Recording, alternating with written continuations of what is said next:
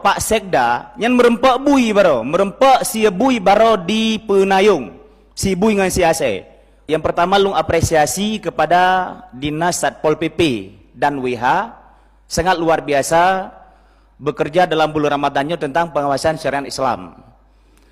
Dannya Pak Sekda perlu nepegat himbauan kelai, karena lu anggap Pak Sekdanya juga orangnya yang mewakili PJ, nepegat himbauan kelai, karena baro Pak Satpol PP, Pak Jala, ronuh be yo, hana masalah karenanya kul hak walau muran, berkatalah yang baik walaupun pahit ada dia.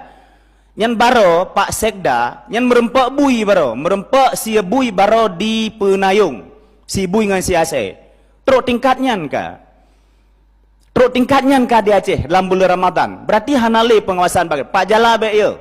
Ketika nesuai pingyan itimbak mati surga menasi lun, ketika lun pegahnya mati surga bagi lun.